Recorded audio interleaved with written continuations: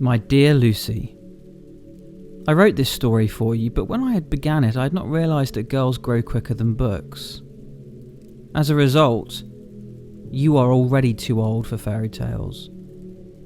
And by the time it is printed and bound, you will be older still. Who is the White Witch? She is a perfectly terrible person, said Lucy.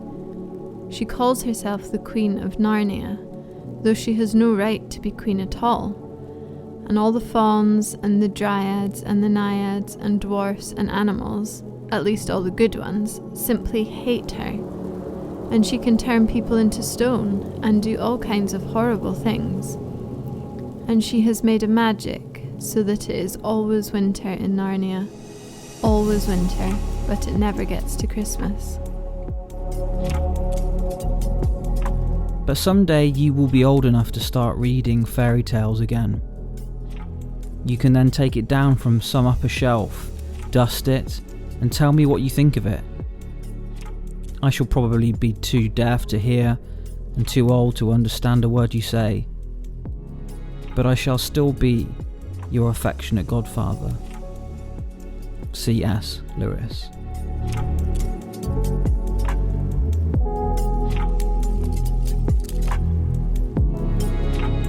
Here the beaver's voice sank into silence, and it gave one or two very mysterious nods.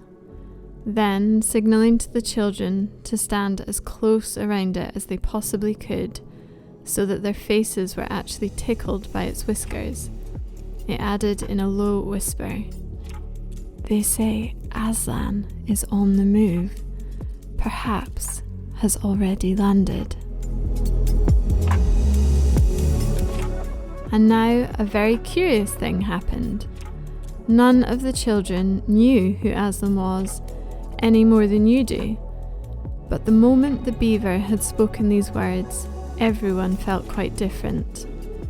Perhaps it has sometimes happened to you in a dream that someone says something which you don't understand, but in the dream it feels as if it had some enormous meaning, either a terrifying one, which turns the whole dream into a nightmare, or else a lovely meaning, too lovely to put into words, which makes the dream so beautiful that you remember it all your life and are always wishing you could get back into that dream again.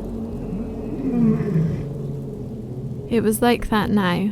At the name of Aslan, each one of the children felt something jump in his inside.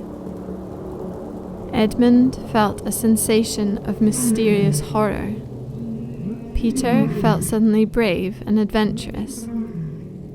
Susan felt as if some delicious smell or some delightful strain of music had just floated by her. And Lucy got the feeling you have when you wake up in the morning and realise that it is the beginning of the holidays or the beginning of summer.